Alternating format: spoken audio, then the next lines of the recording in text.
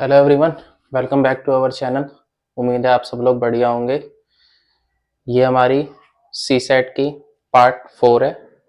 Part 4 जैसा कि आपको पता है सी सेट बहुत पास आ रहा है, तो कुछ एस्पिरेंट बहुत ज़्यादा सी सेट से डरे हुए हैं फिलहाल।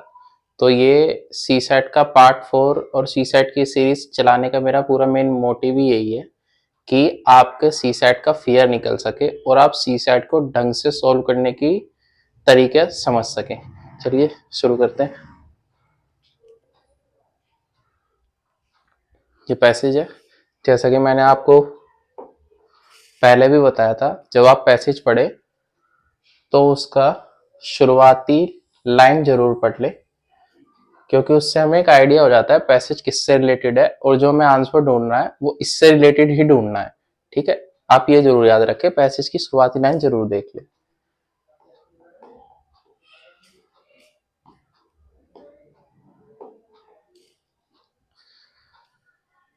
जैसा मैंने आपको पहले बताया था, पहले आप क्वेश्चन पढ़ेंगे, फिर आप ये पूछेंगे उन्होंने सही पूछा है या गलत पूछा है। उसके बाद आप मिडल स्टेटमेंट पढ़ेंगे, मिडल स्टेटमेंट के बाद आप ऑप्शन पढ़ेंगे।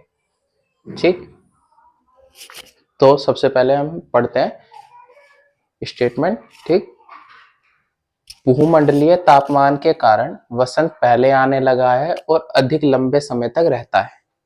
ठीक है, अभी इसको होल्ड पर रखेंगे। वसंत का पहले आना और लंबे समय तक रहना पक्षी समष्टि के लिए अच्छा नहीं है, not good for bird population. अब आप ये देख रहे हैं, ये दोनों स्टेटमेंट जो है, पहले तो आप ये देखें दोनों की दोनों स्टेटमेंट है भूमंडलीय तापमान के कारण वसंत पहले आने, वसंत के पहले आने और लंबे समय तक रहना। दोनों स्टेटमेंट जो है वो सेम स्टेटमेंट है। या तो ये स्टेटमेंट सही होगी या ये गलत होगी, या ये सही होगी ये गलत होगी, क्योंकि जी और स्टेटमेंट ये मिडल में आ रही है, वही ये मिडल स्टेटमेंट स्टार्टिंग में स्टार्टिंग कर रही है। ठीक है, ये सबसे मेन चीज है, इसको ध्यान में जरूर रखेंगे। और जितना हम सब जानते हैं वसंत जो है वो पक्षी की जो पॉपुलेशन है उसके लिए अच्छा होता है। बर्ड पॉपुलेशन के लिए वसंत अच्छा है। जैसे हम जानते हैं वसंत ऋतु में पक्षी सबसे ज्यादा दिखते हैं, तो ये गलत स्टेटमेंट हो, क्योंकि इसमें क्या बोल रहा है, not good for bird population, not good for bird population.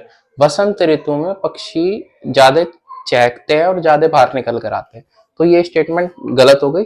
पहली स्टेटमेंट सही हुई। आप यूं देखते हैं, अगर जो बाय चांस आप पैसेज भी ना पढ़े ना देखे कुछ भी, आप स्टेटमेंट देख के पढ़ के अनुमान लगा सकते हैं कि आप में दोनों सेम स्टेटमेंट है, उनमें से एक तो करेक्ट होगी ही होगी। 50-50 तो आप वैसे ही आ गए।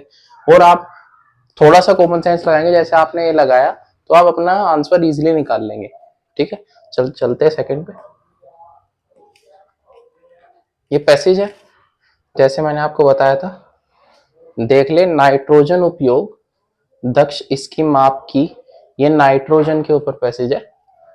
A global analyse for nitrogen use efficiency, nitrogen के ऊपर ये पैसेज है। ठीक, चलते हैं।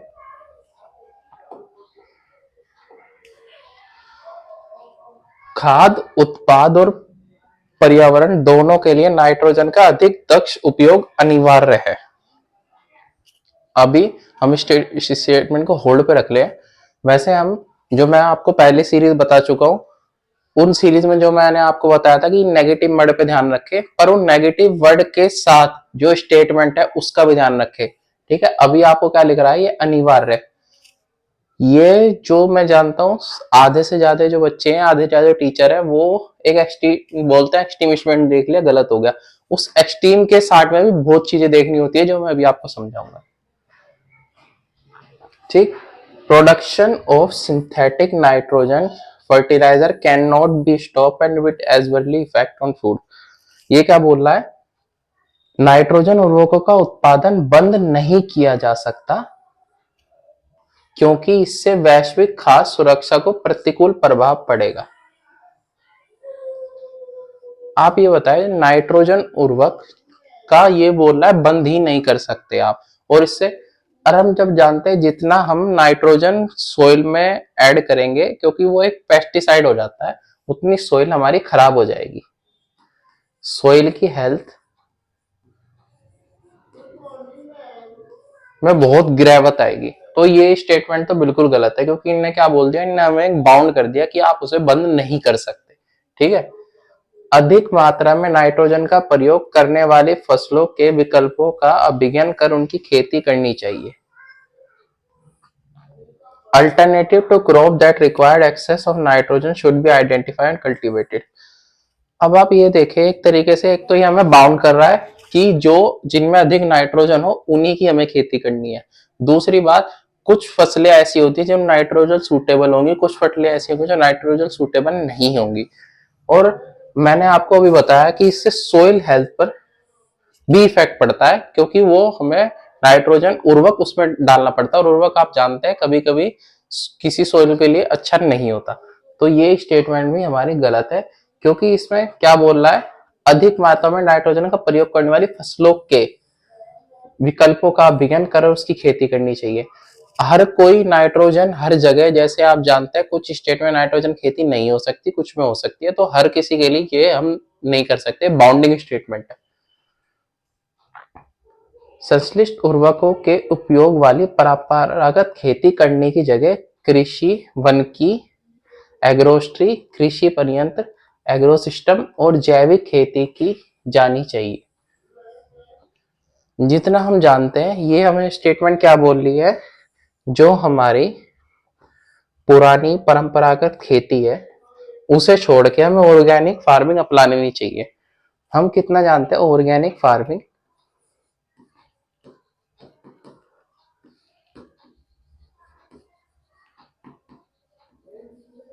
के बारे में, आधे जो हमारे फार्मर है जानते हैं, आधे नहीं जानते, और वो थोड़ी टेक्निकल और क्या बोलते हैं उसे, कॉस्टली कुछ फार्मर के लिए बहुत ज्यादा हो जाती है। क्योंकि हम जितना जानते हैं हमारे 50% प्लस ही मान लो, 50% प्लस जो हमारे फार्मर है वो आज भी अपनी पुरानी परंपरागत कृषि को फॉलो करते आए हैं, जिसमें हम जानते हैं खाद का उपयोग करते हैं और वो करते हैं।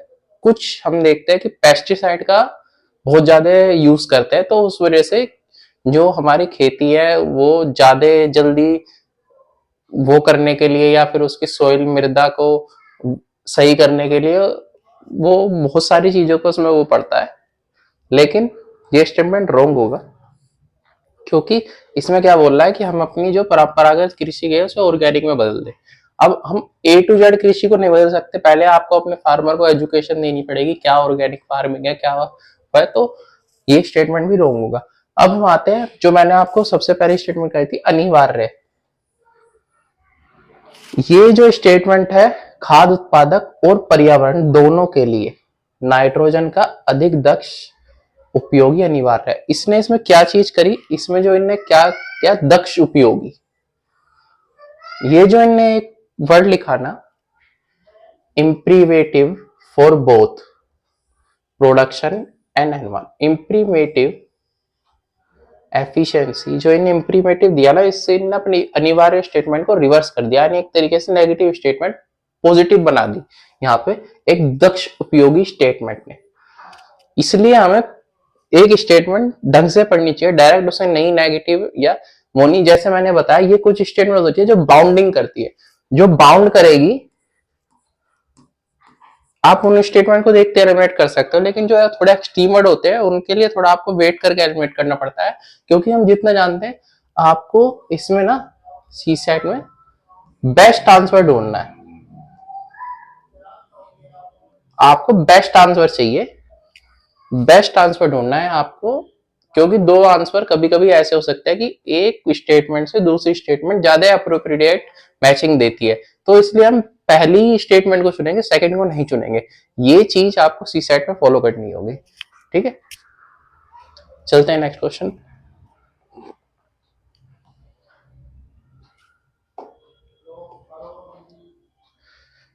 कृषि भूमियों के साथ साथ गैर कृषि भूमियों, अब हमने पूरा पूरा देख लिया, जैसे हमारा जो पैसेज है वो कृषि भूमि पे है। ठीक है, वो हमारा sourcing food and non agriculture land पे है। ठीक, अब हमें इसका आंसर ढूंढने में इससे इजी होगा। ठीक है, चलते हैं आगे।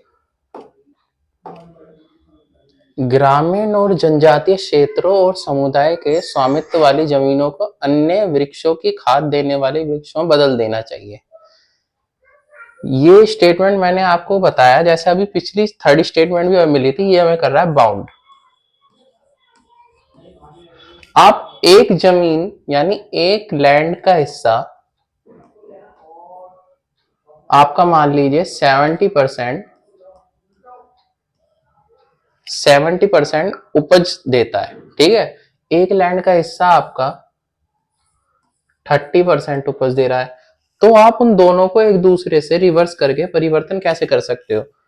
आप उसको रिवर्स करके एक जगह से जब बाई चांस अगर जो देखते हैं वहां की सोइल भी आप इस सोइल में यूज करो तब भी इतना इफेक्ट नहीं पड़ता, क्योंकि वो टेक्निक हमारी ज्यादा दिन तक चलती नहीं है। तो ये स्टेटमेंट हमें बाउंड कर रहा है, तो बिल्कुल गलत स्टेटमेंट है।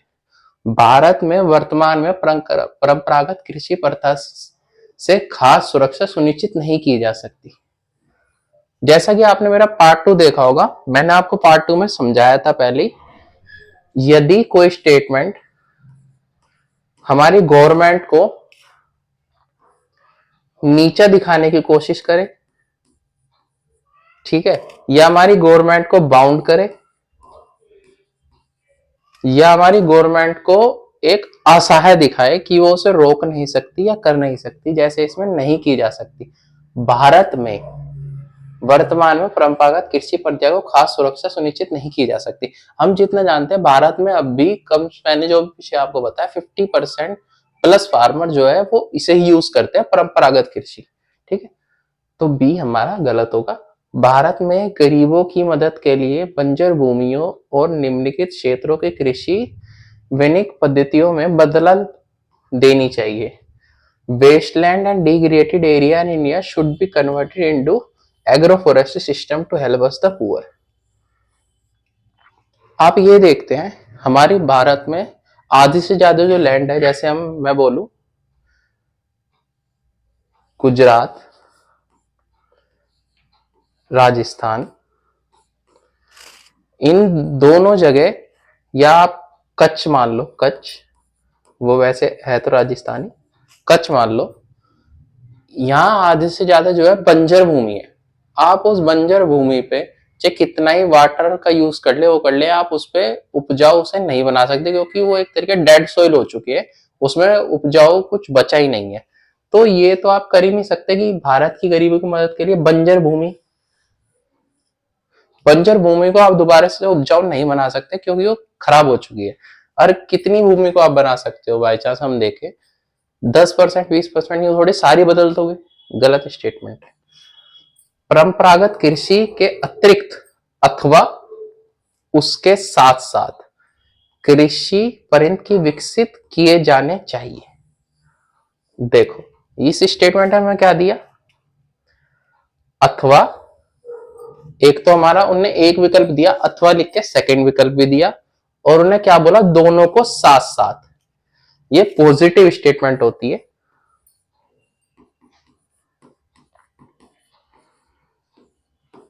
ये पॉजिटिव स्टेटमेंट है जिन्हें हमें देखना होता है। ये एक तरीके से हमारे फ्यूचर को देखते हुए चलती है और हमेशा एक उसके दो दो हल देती है।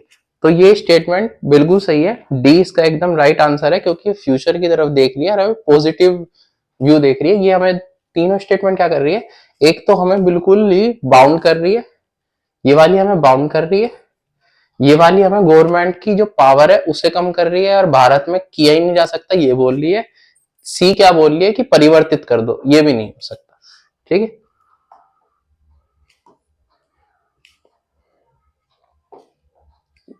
ये हमारा उपयोग दुरुपयोग अवेयरनेस के ऊपर।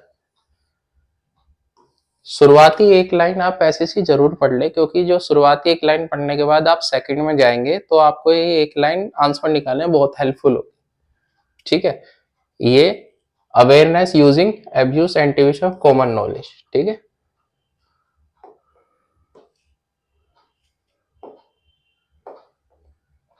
It is necessary to put proper implement treatment protocol in places. अभी इस स्टेटमेंट को होल्ड पर रखेंगे क्योंकि ये पॉजिटिव स्टेटमेंट है, ठीक है।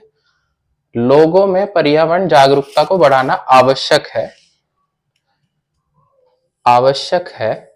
इसको भी अभी होल्ड पे रखें क्योंकि इसमें इतना वो नहीं दिया हुआ नेगेटिव, सिर्फ एक आवश्यक पॉइंट मिला हमें पूरी स्टेटमेंट पे नेगेटिव, ठीक है।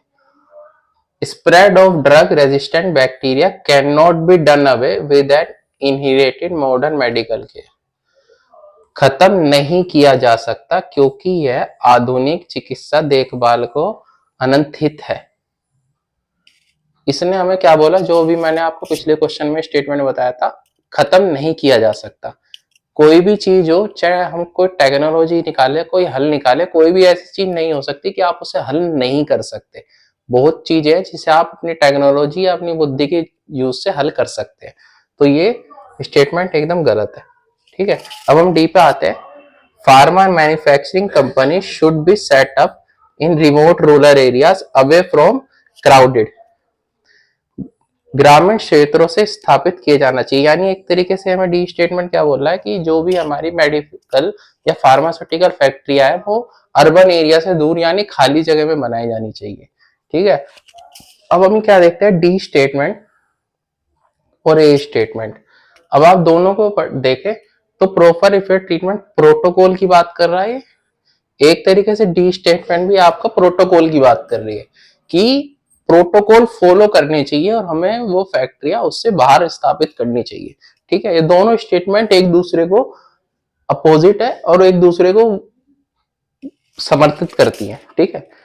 लेकिन दी स्टेटमेंट हम गलत करेंगे क्योंकि ये हमें बाउंड कर रही है कि हम उसे उसमें बना ही नहीं सकते। कहीं कहीं हमें ऐसी जरूरत होती है कि हमारे पास लैंड नहीं होती लेकिन हमें वहां जल्दी मेडिसिन प्रोवाइड करनी पड़ती है, तो इसके लिए हमें वो अर्बन में खोलनी ही खोलनी पड़ती है। तो डी स्टेटमेंट गलत हो क्योंकि बाउंड कर रही है हमें, ये बाउंड कर रही है क्योंकि ये हमें कह रही है रिमोट रूरल एरिया से बाहर ही बनाए। कहीं कहीं जगह हम जानते हैं कि वहां लैंड खाली नहीं मिलेगी आपको, कहीं कहीं जगह आपको खाली मिलेगी कि आप उसे बाहर भी कर सकते हैं अंदर भी कर सकते हैं। आपके पास दो ऑप्शन होते हैं लेकिन किसी जगह आपके पास एक ही ऑप्शन होता है और उसे ही आपको फॉलो करना पड़ता है, ठीक है। तो डी गलत होगा। अब हमें क्या देखते हैं, अवेयरनेस, जागरूकता को बढ़ाना चाहिए। अब मैंने आपको क्या बोला था कि अगर जो आप पैसेज की स्टार्टिंग लाइन पढ़े, पैसेज में कहीं भी लोगों में पर्यावरण का कहीं जिक्र नहीं, अवेयरनेस का जिक्र है लेकिन वो पर्यावरण अवेयरनेस का जिक्र नहीं है। जैसा मैंने अभी आपको पैसेज पढ़ाया था,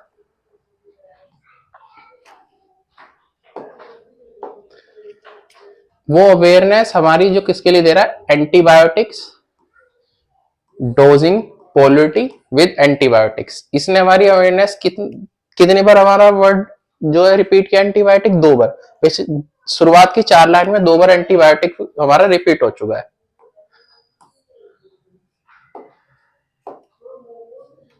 तो ये गलत होगा क्योंकि पर्यावरण की जागरूकता कहीं नहीं दी गई है। ये भी गलत है, ये भी गलत है। मैंने आपको बताया इसका जो आंसर होगा फर्स्ट सही होगा क्योंकि वो प्रोटोकॉल लगाना आवश्यक बता रहा है, ठीक है। ये ए और डी दोनों स्टेटमेंट है तो इसका आंसर ए एकदम अप्रोप्रिएट है।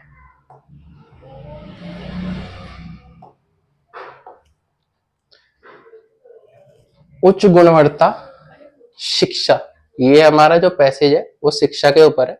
शुरुआत के आप देख ले क्योंकि ये मैंने अभी आपको दिखाया, शुरुआत की एक लाइन आपको कभी कभी जब आप 50-50 पहुंच जाए तो आंसर निकालने में हेल्प करती है, ठीक।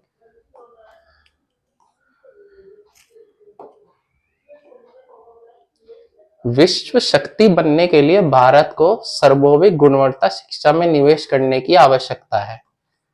अभी इसे होल्ड पे रखेंगे क्योंकि इसमें कोई ऐसी एक्सट्रीम वर्ड नहीं है कि वो है, सिर्फ एक आवश्यकता है। आवश्यकता एक नॉर्मल होता है, कोई एक्सट्रीम वर्ड नहीं होता। भारत एक विश्व शक्ति नहीं बन सकता क्योंकि वह ज्ञान अर्थव्यवस्था पर ना तो ध्यान दे रहा है और ना ही उससे संबंधित कर रहा है। मैंने आपको अभी इससे पहले फर्स्ट क्वेश्चन में क्या बताया था कि गवर्नमेंट को बाउंड करे, गवर्नमेंट की आलोचना करे या गवर्नमेंट की पावर कम करे, या गवर्नमेंट की पावर कम करे। ये स्टेटमेंट एकदम गलत है क्योंकि इन्हें बाउंड कर दिया कि भारत बन नहीं सकता, जो कि हम जानते हैं भारत में इस टाइम पे कितना डेवलपमेंट है आप सबको पता। हमारी शिक्षा प्रणाली में उच्चतर शिक्षा के दौरान कौशल प्रदान करने पर अधिक ध्यान दिया जाना चाहिए। Our education system should be focused more on imparting skill during higher education। अब इसको होल्ड पे रखें क्योंकि इसमें कोई नेगेटिव ऐसा नहीं दिख रहा है, ठीक है। विद्यालयों के अनेक बच्चों के माता पिता निरक्षर है और गुणवत्ता पूर्वक शिक्षा के लाभों के प्रति जागरूक नहीं है। Parents of many school children are illiterate and are unaware of the benefit of quality education। ठीक है, इसने हमें सीधा सीधा क्या बोला कि जितने बच्चे स्कूल में पढ़ रहे हैं वो पढ़ रहे हैं, उनके माता पिता पढ़े लिखे नहीं है, इसलिए उनकी स्किल में और उसमें कमी है। बिल्कुल गलत स्टेटमेंट है क्योंकि ये बहुत ज्यादा नेगेटिव स्टेटमेंट है। ये एक तरीके से आपको न्यू बता रहा है कि जो हमारी इंडिया की एजुकेशन सिस्टम है वो ढंग से फॉलो नहीं कर रहा, कि जो है सब कुछ उनके माता पिता पे निर्भर करता है। आपका एजुकेशन सिस्टम पे भी तो निर्भर करता है ना।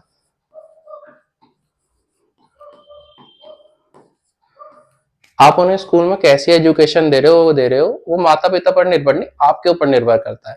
तो ये स्टेटमेंट बिल्कुल गलत है क्योंकि इनने गवर्नमेंट की एक तरीके से आलोचना कर दी, जो मैंने अभी आपको बताया था फर्स्ट पॉइंट पे। ठीक है, तो ये स्टेटमेंट भी गलत है। अब हम आते हैं जो मैंने आपको पहला बोला था 50%, दूसरा बोला था 50%। अभी 50-50 पर आके रुका है। और मैंने आपको क्या बोला था, जो फर्स्ट लाइन जो मैंने पढ़वाई थी वो आपको किसके लिए थी, सार्वभौमिक निवेश की आवश्यकता है। वो शिक्षा के ऊपर, इन्वेस्टमेंट के ऊपर एक तरीके से पैसेज था, जो मैंने आपको शुरुआत की 2 लाइन पढ़ने के लिए कहा। ठीक है, तो इसमें हम क्या देखते हैं, our education system should be focus more skill during higher education. Higher education जैसे हम जानते हैं हमारा यूजी, अंडर ग्रेजुएट, ठीक है, पीजी, पोस्ट ग्रेजुएट या अन्य एमबीबीएस बीबीए इस टाइप की ये जो है हमारी, ये हायर एजुकेशन है। अब आप यूं बताओ, अगर जो बच्चे का बेस किससे बनता है, 10+, 12+, ये जो है ये हमारे मेन बच्चे के बेस बनाने के जो है होते हैं। तो अब आप यूं बताएं, आपका जो बेस है वो आप 10+ और 12+ में तो बिल्ड करोगे, आप यूजी पीजी में बिल्ड करोगे उस बेस को, तो इतने में तो उसको स्किल का कुछ भी प्रोवाइड नहीं होना है, क्योंकि ग्रेजुएटेड होने के बाद उसे जॉब की जरूरत पड़ जाएगी और उसके बाद कोई स्किल होगी नहीं कि वो 1-2 साल में उसे प्रेफर्ड कर ले कि हाँ ये स्किल मेरे लिए वो है। तो ये बिल्कुल गलत स्टेटमेंट है क्योंकि इन्होंने केवल हायर एजुकेशन में हमें बाउंड कर दिया। ठीक है, तो to become a global power, India को ग्लोबल पावर बनना है तो India need to invest in universal quality education. Universal quality education अब हम देखते हैं क्या है ये, SDG, सस्टेनेबल डेवलपमेंट गोल। ये जो है इंडिया इस टाइम पे सस्टेनेबल डेवलपमेंट गोल पे फोकस्ड है। इंडिया क्या, अधिकतर जितने भी हमारे जो वर्ल्ड की कंट्री है वो SDG पे फोकस करती है। तो ये सीधा सीधा यूनिवर्सल क्वालिटी एजुकेशन SDG का ही पॉइंट उठा के यहाँ पे रख दिया है। तो ये हमारा एकदम सही है, ये हमारा गलत होगा क्योंकि मैंने आपको बताया, क्योंकि इन्हें केवल हायर एजुकेशन पे हमें बाउंड कर दिया। ठीक है,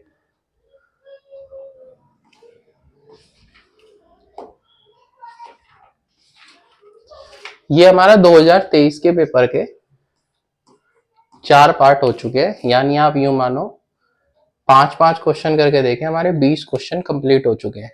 मुश्किल से 5 क्वेश्चन और रहते होंगे, तो ये हमारा 25 क्वेश्चन कंप्लीट होते ही आपका पूरा 2023 का पेपर कंप्लीट हो जाएगा। और ये वो पेपर है जो अब तक का यूपीएससी में सबसे हार्ड सीसेट पेपर आया हुआ है, या जीएस भी सबसे हार्ड अब तक का यही आया हुआ है, क्योंकि इसमें अब तक की यूपीएससी के इतिहास की सबसे कम कट ऑफ गई थी। ये हमारा पेपर नेक्स्ट पार्ट 5 में कंप्लीट हो जाएगा। इसके बाद आप मेरे को बताना कि आपको कौन से साल का पेपर सोल्व करवाना है, क्योंकि जो मेरा टारगेट है वो इस सीरीज के पार्ट 15 तक या 20 तक ले जाना है, क्योंकि मई में प्री है तो इतने तक आपका जो आधे से ज्यादा ट्रिक है कंप्लीट हो चुकी होंगी। तो मैं सोच रहा हूँ इसके बाद जो मैं लूंगा वो लूंगा 2022 का पेपर। 2022 के बाद आप मेरे को बताना, फिर लूंगा मैं 2021 का पेपर।